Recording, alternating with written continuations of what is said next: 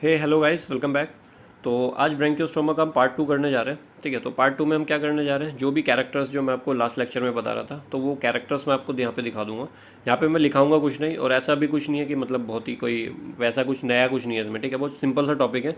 जो चीज़ें लिखी हुई हैं वही मैं आपको पढ़ के बता दूंगा, है ना। उसमें कुछ एक्सप्लेनेशन की ज़रूरत नहीं है आपको। ठीक है, क्योंकि पिछला लेक्चर अगर आपने देख लिया तो पिछले लेक्चर में आपको पूरा ओवरव्यू समझ में आ गया होगा कि क्या क्या है, कैसे कैसे है, वो मैंने अच्छे से डिटेल से बताया। तो ये बहुत ही छोटा सा लेक्चर है, इसमें जो कैरेक्टर्स है उसके ऊपर फोकस है मेरा, कि कौन से प्रिमिटिव हैं, कौन से आपके डिजेनरेटिव हैं और कौन से स्पेशलाइज्ड हैं। ठीक है, तो वो कैरेक्टर्स आपको पता होना चाहिए। तो इस लेक्चर में मैं आपको वो करा रहा हूँ। ठीक है, चलो। हमारा आंसर राइटिंग और गाइडेंस प्रोग्राम चल रहा है। ठीक है, तो चाहे तो आप ज्वाइन कर सकते हैं। तो ये पर मंथ के लिए अमाउंट दिया हुआ है, 4 मंथ के लिए दिया हुआ है और 1 ईयर के लिए दिया हुआ है। तो 1 ईयर वाले में फ़ायदा, जैसे नए बच्चे हैं, ठीक है, जो अभी प्रिपरेशन शुरू कर रहे हैं, तो नए वाले बच्चों को क्या है कि गाइडेंस की अगर ज़रूरत रहती है जीएस में, तो जीएस की गाइडेंस भी मैं आपको इस 1 ईयर वाले प्लान में दे दूंगा। बाकी नॉर्मल जो सवाल जवाब आप करते हैं वो तो मैं जवाब देता ही हूँ, बट एक प्रॉपर गाइडेंस, प्रॉपर शेड्यूल के साथ अगर आपको चाहिए तो वो 1 ईयर वाले में मैं आपको ऑप्शनल प्लस जीएस दोनों की गाइडेंस दूंगा। और आंसर राइटिंग जो है वो आपकी इवैल्यूएशन होगा। जो भी आप प्लान लेंगे उस प्लान के हिसाब से आंसर राइटिंग इवैल्यूएशन होगा ऑप्शनल का। ठीक है, तो ऑप्शनल पे ज़्यादा फोकस रखना है, क्योंकि जीएस तो आप इधर उधर से पढ़ते ही रहोगे। ऑप्शनल पे ज़्यादा मेरा फोकस अभी है। आगे टाइम मिला तो मैं जीएस के बारे में भी बता दूंगा, बट अभी ऑप्शनल है। ठीक है, तो आपको क्या करना है, अपनी डिटेल्स भेजनी है, नाम, एज और कौन से ईयर में आप अपीयर हो रहे हो और कितने अटैम्प्ट्स आप ले चुके हो वो, और जो भी आप प्लान चूज़ करेंगे उसके स्क्रीनशॉट लेके आप मुझे भेजेंगे इस ईमेल आईडी पे। ठीक है, तो ईमेल आईडी आप नोट कर लो। जब आपको प्रोग्राम ज्वाइन करना हो आप मुझे अपनी डिटेल इस सीक्वेंस में डिटेल अपनी भेज देना, जो भी प्लान आप चूज़ करेंगे उसके साथ। ठीक है, और भेजनी कैसे, आप पे कैसे करेंगे उसका मैं बता देता हूँ। तो आपके पास 2 मोड है, या तो आप क्यूआर कोड स्कैन कर लो, किसी भी आपके ऐप से कर सकते हो, गूगल पे, पेटीएम, फ़ोनपे, जो भी आप यूज़ करते हो स्कैन करके पे कर सकते हो। या फिर ये यूपीआई आईडी है, तो ये आईडी डालोगे आप यूपीआई आईडी सेक्शन में, वहाँ पे डाल के भी आप पे कर सकते हो। तो जो भी मोड आपको सूटेबल लगता है आप उसमें चूज़ करके पेमेंट कर सकते हैं, आप अपना प्लान चूज़ कर सकते हैं। ठीक है, और अगर कनेक्ट करना है तो कनेक्ट कर सकते हैं। ये टेलीग्राम ग्रुप का लिंक है, ये चैनल का लिंक है। तो जहाँ पर भी आप टेलीग्राम पे जाइए, वहाँ से अगर आप मुझे पर्सनली कुछ पूछना चाहते हैं तो टेलीग्राम में ये यहाँ पे जाइए, यहाँ पे ये मेरे नाम पे क्लिक कीजिए, तो वहाँ पे आपको मेरी प्रोफाइल ओपन हो जाएगी। वहाँ पे आपको जो भी मैसेज करना करो। ग्रुप में आप मैसेज करते हो वो मैं बहुत कम रेयरली देख पाता हूँ, तो आप पर्सनल मैसेज करोगे तो मैं उसको देख लूँगा। रिप्लाई में थोड़ा बहुत टाइम आगे पीछे हो जाता है, बट मैं कर देता हूँ। इंस्टाग्राम पे आप इस नाम से सर्च करके फॉलो कर सकते हो, तो वहाँ पर भी मैं आपके सवालों के जवाब देता हूँ, और मेल आईडी तो है ही। तो जो भी आप मोड यूज़ कर रहे हैं उस मोड में आप मुझसे कनेक्ट कर सकते हैं, सवाल पूछ सकते हैं, अपने जो भी डाउट्स हैं वो आप क्लियर कर सकते हैं, ताकि आपकी प्रिपरेशन स्मूथली हो सके। ठीक है, तो चलो फिर आज का लेक्चर शुरू करते हैं अपना। तो अगर बात करें कैरेक्टर्स की, तो ब्रेंकियोस्टोमा है 3 तरह से मैं इसके कैरेक्टर आपको बताता हूँ। एक तो वो कैरेक्टर्स जो इसमें प्रिमिटिव है, तो प्रिमिटिव कैरेक्टर्स। ठीक है, प्रिमिटिव कैरेक्टर्स का क्या मतलब है कि वो कैरेक्टर जो इसने अपने रिटेन किए हुए हैं, जो पहले से ये चला आ रहा है, ये ऑर्गेनिज्म जो है इसने अपने कैरेक्टर्स को रिटेन करके रखा हुआ है, तो वो आपके प्रिमिटिव कैरेक्टर्स हैं, जिसकी वजह से ये आपका कोऑर्डिनेट से वर्टिब्रेट की तरफ नहीं जा पाया, मतलब पूरी तरह से कोऑर्डिनेट में भी नहीं जा पाया, पूरी तरह से वर्टिब्रेट में भी नहीं जा पाया। तो इन प्रिमिटिव कैरेक्टर के रिटेन करने की वजह से ऐसा हुआ है। तो ये क्या है वो मैं भी आपको बताता हूँ। देन उसके बाद आपके आते हैं degenerated characters. Degenerated characters, degenerated characters का मतलब ये है कि इसने अपना during the course of evolution कुछ कैरेक्टर्स को डीजनरेट किया, कुछ कैरेक्टर्स को डीजनरेट किया ताकि स्पेशलाइजेशन होने लग जाए इसमें। ठीक है, ये भी चाहता था कि मेरे को एक पर्टिकुलर ग्रुप, एक पर्टिकुलर एक फाइलम या मेरे को वो मिले कुछ एक। ठीक है, तो इसने अपने डीजनरेट किए कुछ कैरेक्टर्स को जो प्रिमिटिव से डीजनरेट करना चाह रहा था। ठीक है, मतलब जो प्रिमिटिव कैरेक्टर्स है, जो कुछ प्रिमिटिव कैरेक्टर्स थे इसके पास, वो उसमें से इसने कुछ को डीजनरेट किया। ठीक है, तो डीजनरेटेड कैरेक्टर्स क्या है वो मैं आपको बताऊंगा। और तीसरा है आपका स्पेशलाइज्ड कैरेक्टर्स। स्पेशलाइज्ड, या हम इनको बोलते हैं पैक्यूलियर। पैक्यूलियर मतलब इसी के लिए है, या सेकेंडरी, सेकेंडरी कैरेक्टर्स। ठीक है, तो ये कौन से कैरेक्टर्स हैं?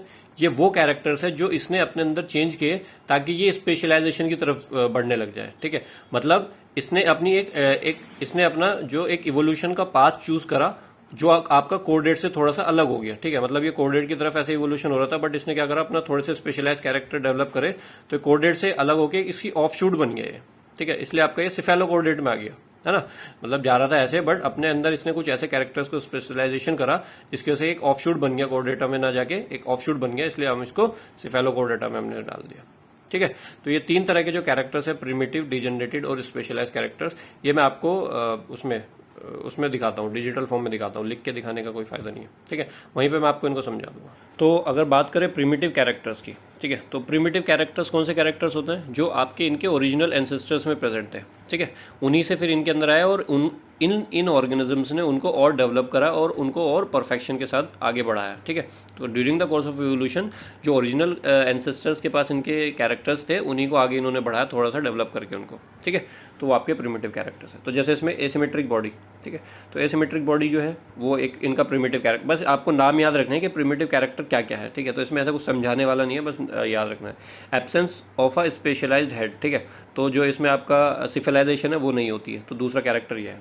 तीसरा आपका एब्सेंस ऑफ पेयर्ड लिम्स और फिन्स, ठीक है, तो लिम्स और फिन्स जो है इसमें पेयर्ड नहीं है, अनपेयर्ड है, जो हम पहले पढ़ चुके हैं पिछले लेक्चर में, ठीक है। फिर एपिडर्मिस वन सेल थिक है, तो वन सेल थिक है इसका मतलब बहुत ही पतली है, मैंने बताया ना इसकी जो स्किन होती है वो बहुत ही पतली होती है, क्योंकि उसमें डर्मिस एब्सेंट होती है। तो ये एक आपका ये भी इसका प्रिमिटिव कैरेक्टर है। देन उसके बाद आपका जो सिलोम है वो एंटेरोसिलस है, ठीक है, तो सिलोम एंटेरोसिलस इसका मतलब क्या है कि जो लेटरल पाउचेज लार्वल डेवलपमेंट वाला, याद करो शीजो और एंट्रो, तो वही है आपका, ठीक है। तो ये भी आपका इसका प्रिमिटिव कैरेक्टर है।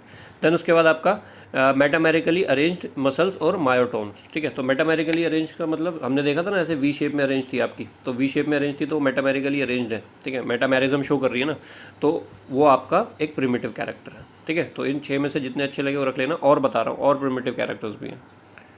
नेक्स्ट है आपका नोटोकॉर्ड परसिस्टेंट, ठीक है, थ्रू आउट द लाइफ। तो नोटोकॉर्ड इनकी थ्रू आउट द लाइफ रहती है, तभी सिफेलोकॉर्डेट है, हेड टू टेल रहती है और थ्रू आउट दी रहती है, ठीक है। तो ये भी आपका प्रिमिटिव कैरेक्टर है। देन जॉज एब्सेंट है, जॉज नहीं है, एलिमेंट्री कैनाल स्ट्रेट है, ठीक है, तो कोई लूप वूप नहीं है, ऐसे कोई घुमाव उमाव नहीं है, बस सीधी की सीधी एलिमेंट्री कैनाल है, तो ये भी इनका एक प्रिमिटिव कैरेक्टर है। ओके, फेरिंग्स बड़ा होता है, हमने देख लिया, बड़ा सा फेरिंग्स है, उसमें गिल स्लिट्स है, परफोरेशन गिल स्लिट्स है, जो कि हेल्प कर रहा है आपका जो न्यूट्रिशन है उसको ड्रॉन करने में, ठीक है। देन नेक्स्ट पॉइंट है कि liver represented by midgut diverticulum. तो मिडगट डायवर्टिकुलम एक डायग्राम में आपने देखा होगा, 1 मिनट में दिखा देता हूँ, ये देखेंगे डायग्राम में, तो ये आपका डायजेस्टिव ट्रैक्ट का डायग्राम है इसका, तो यहाँ पे आप ये देख रहे हो मिडगट डायवर्टिकुलम, ठीक है, तो ये मिडगट डायवर्टिकुलम ये रिप्रेजेंट करता है लीवर, तो ये भी आपका प्रिमिटिव कैरेक्टर है इसका, ठीक है। बस नाम थोड़ा सा आपको एक ये जो कीवर्ड्स मिल रहे हैं ना, जैसे ये लीवर रिप्रेजेंट मिडगट डायवर्टिकुलम, तो बस यही आपको लिखना है, अगर आ जाता है ना कैरेक्टर्स में, तो प्रिमिटिव में ये आपको लिखना है। Then blood vascular system is simple है, हमने देख लिया, ठीक है, क्लोज्ड होता है, हार्ड नहीं है, क्योंकि जो ब्लड वेसल्स होती हैं वही आपका हेल्प करती है कॉन्ट्रैक्शन में, ठीक है।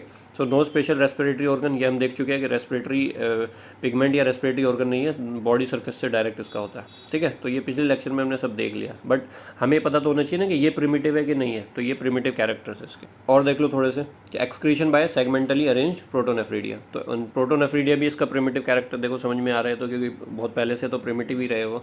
न्यूरल ट्यूब होलो होती है, ठीक है, डोर्सली प्रेजेंट होती है अबव द नोटोकॉर्ड, और वो होलो होती है, स्पेशलाइज्ड ब्रेन नहीं होता इसके पास, हमने देख लिया था वो पिछले लेक्चर में, ठीक है, तो ये आपको ध्यान रखना है। देन उसके बाद आपका ये भी देख लो कि dorsal root without ganglia, so that impulses passing directly from skin to neural tube, ठीक है, तो गैंग्लिया नहीं है इसके पास, वो भी हमने पिछले लेक्चर में पढ़ लिया था। देन सेंसरी ऑर्गन सिंपल होते हैं और पेयर्ड होते हैं, है ना, मतलब बहुत अच्छे से डेवलप नहीं है सेंसरी ऑर्गन, बट है, ठीक है। गोनैड्स सेवरल पेयर्स, वही 25 से 30 जो हमने पिछली बार देखा था, और वो भी सेगमेंटली अरेंज्ड है विदाउट गोनोडक्स, ठीक है, तो ये भी आपका प्रिमिटिव कैरेक्टर है। फिर जो इनके एग्स होते हैं वो बहुत ही छोटे होते हैं, योकलेस होते हैं, एटलीस्ट मतलब बहुत ही कम योक होता है उनमें, योकलेस भी बोलते हैं हम उनको। और ब्लास्टुला जो होता है वो आपका स्फेरिकल होल होता है और 1 लेयर्ड होता है, ठीक है। तो ये आपके कुछ प्रिमिटिव कैरेक्टर 17 मैंने आपको बताया, 17 में से आप 10 के आसपास भी याद रख लेंगे ना, तो भी आपका काम चल जाएगा, ठीक है। अब उसके बाद मैं आपको बताता हूँ डिजेनरेटेड कैरेक्टर्स। तो डिजेनरेटिव कैरेक्टर्स की अगर हम बात करें, तो मैंने आपको बताया कि जैसे मान लो कोई ऑर्गेनिज्म है, जैसे आप रेट्रोग्रेसिव डेवलपमेंट पढ़ते हो ना ऑर्गेनिज्म का, तो इसको रेट्रोग्रेसिव समझ लो कि एक ऑर्गेनिज्म था, वो अपने आप को एक पर्टिकुलर ग्रुप में अरेंज करने के लिए, स्पेशलाइजेशन करने के लिए उसने कुछ कैरेक्टर्स का लॉस कर दिया अपना, जो उसको ज़रूरत नहीं थी ड्यूरिंग द कोर्स ऑफ उसके इवोल्यूशन के, ठीक है। तो जैसे उसमें क्या था आपका, सबसे पहला है poorly developed brain. Poorly developed brain का मतलब क्या है, सबसे पहले इसमें लिखना आप सेडेंट्री मोड ऑफ लाइफ, ठीक है, तो पहला तो ये हो गया सेडेंट्री मोड ऑफ लाइफ। दूसरा आपका हो गया poorly develop brain. Poorly develop मतलब सेडेंट्री, अगर हैबिट इसका सेडेंट्री है, सेमी सेडेंट्री मतलब कभी कभी स्विम भी कर लेता है, तो उसको ब्रेन की ज़रूरत नहीं है, ठीक है। तो ब्रेन की ज़रूरत नहीं है तो कोई सेंस ऑर्गन की ज़रूरत नहीं है, क्योंकि इसको एक जगह पड़े रहना है। तो उसकी वजह से क्या होगा कि जब इसमें इवोल्यूशन हो रहा था तो हो सकता था इसका इवोल्यूशन हो जाता उसमें, ठीक है, ब्रेन का डेवलपमेंट हो सकता था, बट इसको उसकी ज़रूरत नहीं थी, तो ये आपका डिजेनरेटिव पार्ट में चला गया, ठीक है। तो ब्रेन आपका इसमें और सेंस ऑर्गन अच्छे से डेवलप नहीं है। देन उसके बाद थर्ड पॉइंट आपका लैक ऑफ एनी कार्टिलेजिनस और बोनी एंडोस्केलेटन, ठीक है। तो कार्टिलेजिनस और बोनी एंडोस्केलेटन नहीं है इसके पास, सिर्फ क्या आपका नोटोकॉर्ड है जो भी आपका हेड टू टेल आपकी ग्रो कर रही है, ठीक है। तो ये भी आपका एक डिजेनरेटिव कैरेक्टर्स है, ठीक है। देन लैक ऑफ गोनोडक, तो गोनोडक भी नहीं है इसके पास, जो गोनैड्स है उनमें कोई गोनोडक नहीं है, तो ये भी आपका डिजेनरेटिव कैरेक्टर है। तो 4 डिजेनरेटिव कैरेक्टर आपको याद रखना है, ठीक है। अब मैं आपको बताता हूँ स्पेशलाइज्ड। तो स्पेशलाइज कैरेक्टर्स कब डेवलप होंगे, एक पर्टिकुलर हैबिटाट में जब ऑर्गेनिज्म रहेगा, ठीक है, तो उसके लिए आपका क्या होगा, उसके लिए उसको स्पेशल कैरेक्टर्स डेवलप करने पड़ेंगे ताकि वो वहाँ पे सर्वाइव कर सके। तो during the course of evolution ऐसे कुछ कैरेक्टर्स ने डेवलप करे हैं जो इसके स्पेशलाइज कैरेक्टर्स में काउंट होते हैं। वो क्या है वो मैं आपको दिखाता हूँ, ठीक है। तो इसमें से कुछ आपके ओवरलैप भी हो सकते हैं प्रिमिटिव के साथ, बट ये है कि इन कैरेक्टर्स की वजह से इसका फर्दर इवोल्यूशन रुक गया क्योंकि ये स्पेशलाइज हो गए, जैसे एसिमेट्री ऑफ अडल्ट। दूसरा आपका एंटीरियर प्रोजेक्शन ऑफ नोटोकॉर्ड, ठीक है। तो जो रोस्ट्रम है उसमें आपका नोटोकॉर्ड का प्रोजेक्शन होता है जिससे आपका बरोइंग में हेल्प होती है, ठीक है। देन उसके बाद आपका mouth is surrounded by oral hood, जो टेंटिकुलर ओरल हुड था हमने देखा था, तो उसमें आपकी ओरल सिराई होते हैं जो थोड़ा सा सेंसरी होते हैं जो उसको हेल्प करते हैं फिल्टरिंग वगैरह में, ठीक है। देन उसके बाद जो सेंसरी टेंटिकल्स है वो सिर्फ छोटे छोटे जो फूड पार्ट, जैसे मान लो बड़ा फूड पार्टिकल, क्योंकि थोड़ा सा बड़ा होता है ना, तो बड़े फूड पार्टिकल कोई अंदर नहीं ले सकता, तो बड़े फूड पार्टिकल अंदर नहीं जाएंगे, सिर्फ छोटे पार्टिकल जो है वही अंदर फिल्टर होके जाएंगे। Then large and spacious pharynx, ठीक है। तो फेरिंग्स बड़ा है, स्पेशियस है, वो हमने देख लिया क्योंकि उसमें जो आपकी गिल स्लिट्स हैं वो सिलेटेड है, ताकि जो फूड पार्टिकल्स हैं उनका अच्छे से कलेक्शन हो सके आपका। देन उसके बाद आपका ये व्हील ऑर्गन देखा होगा आपने डायग्राम में, वो आपका सिलियरी फीडिंग में हेल्प करता है, ठीक है, जिसको हम हेस्सेक्स ग्रुप भी बोलते हैं। तो ये भी इसका ये भी इसका स्पेशलाइज कैरेक्टर है। फिर नेक्स्ट है इसका जो फेरिंग्स है वो आपका एट्रियल कैविटी में अच्छे से प्रोटेक्ट है ना, और उसकी जो ओपनिंग है वो आपकी एट्रियोपोर के थ्रू हो रही है ना। देन उसके बाद आपका coelom displaced and reduce due to development of atrium, ठीक है। तो मैंने आपको शुरू में बताया था जब एट्रियम के डेवलपमेंट की वजह से कि जो पोस्टीरियर वाला पार्ट है वहाँ पर आपकी जो सिलोम है वो रिड्यूस हो जाती है, मतलब ऑलमोस्ट ना के बराबर होती है, क्योंकि वहाँ पे एट्रियम का डेवलपमेंट हो रहा है। तो एट्रियम का डेवलपमेंट होने की वजह से सिलोम जो है वो आपका रिड्यूस हो जाता है। तो ये कुछ आपके स्पेशलाइज कैरेक्टर्स है जिसको हम सेकेंडरी कैरेक्टर्स भी बोल रहे हैं, जिनकी वजह से आपका इसका फर्दर इवोल्यूशन जो होना था वो रुक गया, और इसी की वजह से आपकी जो इसकी ऑफशूट है सिफेलोकॉर्डेट की वो अराइज हो गई, ठीक है। तो ये मतलब आपको मतलब ये पॉइंट्स जो है ना पाँच छः पॉइंट्स सब तीनों में से उठा के रखने हैं, आपको दिमाग में रखना है कि कौन से प्रिमिटिव है, कौन से डिजेनरेटिव है और कौन से स्पेशलाइज है, ताकि कल को एग्जाम में आ जाता है तो आप लिख के आ जाओ अच्छे से, ठीक है भाई। चलो तो लेक्चर को यहीं पे एंड करते हैं। अगर लेक्चर पसंद आया तो वीडियो को लाइक करें, चैनल को सब्सक्राइब करें। Thank you, bye.